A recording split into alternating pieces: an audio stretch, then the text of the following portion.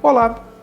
Vamos falar nesse vídeo de um acontecimento que envolveu o mundo todo e que resultou na morte de 85 milhões de pessoas e que São José teve participação direta à Segunda Guerra Mundial. Ou seja, a participação da FEB na Europa na década de 1940. Gostaria também de agradecer os comentários e os joinhas que foi dado nos últimos vídeos que eu fiz. Entre eles, agradeço o Robson Cardoso, a Tereza Rabelo, o João Marcelo, Luísa Casarão, o Thiago Pinto, entre outros tantos. O Brasil tinha simpatia tanto pela Alemanha quanto pela Inglaterra, tinha comércio com ambos os países. Dentro do governo tinha pessoas simpáticas tanto ao autoritarismo quanto à democracia. Durante o início da Segunda Guerra, o Brasil estava negociando com os norte-americanos uma base aqui no Brasil. E aí a Alemanha começa a torpedear navios brasileiros.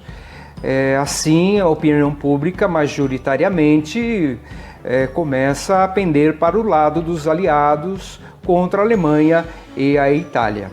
O Brasil declara guerra à Alemanha, ao eixo, em 31 de agosto de 1942. Começa a ser formada uma força militar brasileira para ir à Europa combater. A base seria inicialmente em Caçapava. São convocados 2.000 reservistas, entre eles vários joseenses. O meu avô, por exemplo, o Vicente Siqueira Machado. Na formação dessa força militar, vários brasileiros foram descartados por problemas físicos, fugas e o jeitinho brasileiro para não ir combater na Europa. O 6º Regimento, um dos 3 regimentos que foram para a guerra, o 6º Regimento de Infantaria, ele foi dividido em 3 batalhões. E aí um ficou em Caçapava, outro em Taubaté e outro em Lins, que posteriormente foi para Pindamonhangaba. Em 9 de março de 1944, o 6º Regimento foi enviado, os 3 batalhões foram enviados para o Rio de Janeiro, na Vila Militar, e ficaram aquartelados até segunda ordem. O soldado José Antônio Gonçalves de São José certa vez me contou que no dia 29 de junho a tropa foi convocada para participar de um exercício militar. Mas ao embarcarem no trem, ele e o seu amigo Carnevale perceberam que todas as janelas estavam lacradas. E quando chegaram ao destino, foi determinado que eles embarcassem num navio norte-americano. Eles não sabiam para onde eles estavam indo. Até que 2, 3 dias depois, o navio zarpa. Aí eles já estavam entendendo que eles estavam indo para a guerra. Mas mesmo assim não sabiam se iam para a África, para a Europa. Na travessia do Atlântico, muitos soldados, muitos pracinhas passaram mal, tiveram enjoo na viagem. E a grande preocupação eram os submarinos alemães, o medo do torpedeamento do navio. E quando chegaram, aí que eles perceberam onde eles estavam, porque eles chegaram no porto de Nápoles, ou seja, o destino era a Itália. E também quando lá eles chegaram, no cais, quem estavam lá, confundiram eles com os alemães, porque o uniforme dos pracinhas eram semelhantes aos dos alemães, muito parecido, então houve esse princípio de vaia. Somente no segundo dia que chegou os equipamentos, as barracas e os armamentos, e aí os brasileiros tiveram que ter treinamento, porque eram armas modernas para o padrão brasileiro. Evidentemente havia uma disputa interna no comando da Força Expedicionária Brasileira, a FEB. Tínhamos comandante de personalidade forte. Diziam no Brasil que o país não iria para a guerra de forma alguma, nem se a cobra fumasse. Então decidiu-se criar aí uma insígnia com uma cobra fumando, para mostrar que o Brasil sim foi para a guerra. em batalha, no dia 25 de novembro de 1944, acontece a mais sangrenta, a mais dura para os brasileiros na Itália, a de Monte Castelo. Somente meses depois do início da batalha que a FEB conseguiu desalojar os alemães e os italianos da montanha, uma montanha de 11 quilômetros de distância por 800 metros de altura. Tinha muita lama, chovia, muita neve e o despreparo dos pracinhas para um combate numa montanha. O saldo dessa dura batalha foi a morte de quase 200 pracinhas em Monte Castelo. Aconteceram outras batalhas difíceis, sangrentas, como a de Montese, mas posteriormente vitórias como a de Fornovo, quando o exército brasileiro capturou cerca de 15 mil soldados alemães e italianos.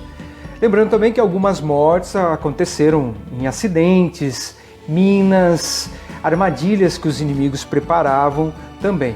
Também o meu avô conta que em determinado momento da guerra, um amigo dele tinha ficado ferido numa das batalhas e ele e mais dois foram resgatar esse amigo ferido.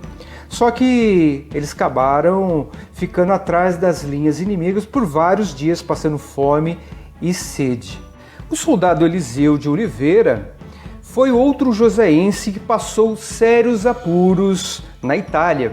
Alguns meses do início das operações da FEB, ele foi feito prisioneiro pelos alemães. Conduzido a um campo de concentração, realizou trabalhos forçados na Alemanha.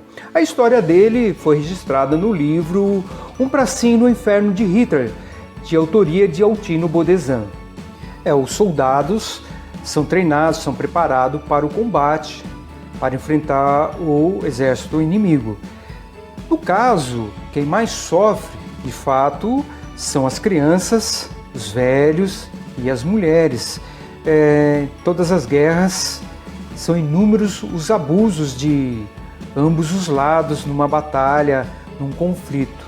Então quem sempre sofre muito mais são os mais fracos. E o resultado desse conflito foi a morte de 457 pracinhas mortos em combate e outros tantos, cerca de 2.000, em decorrência de ferimentos e doenças contraídas durante a batalha na Itália, que depois vieram a falecer. Desse número, do 6º Regimento de Infantaria de Caçapava, faleceram 109. De São José foram 6 os mortos, entre eles o tenente Neville Baracho dos Santos. Por um erro de comunicação, meu avô, o soldado Vicente Siqueira Machado, foi dado como morto na guerra e constou na lista fúnebre dos jornais da época, para a tristeza dos familiares e de sua namorada, com quem depois se casou. Terminada a guerra, os pracinhas retornam ao Brasil. No Brasil, eles chegam no dia 18 de julho de 1945, no Rio de Janeiro, capital federal, e são recebidos como grandes vitoriosos.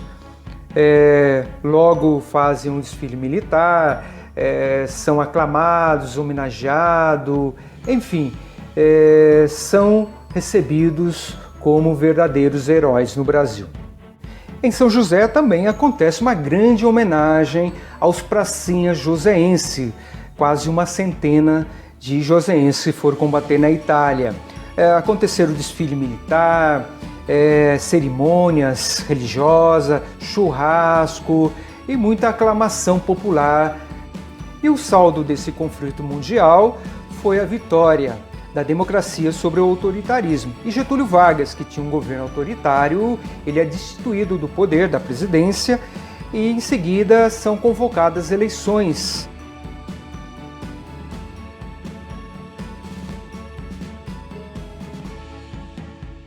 Podemos concluir que os pracinhas foram verdadeiros heróis.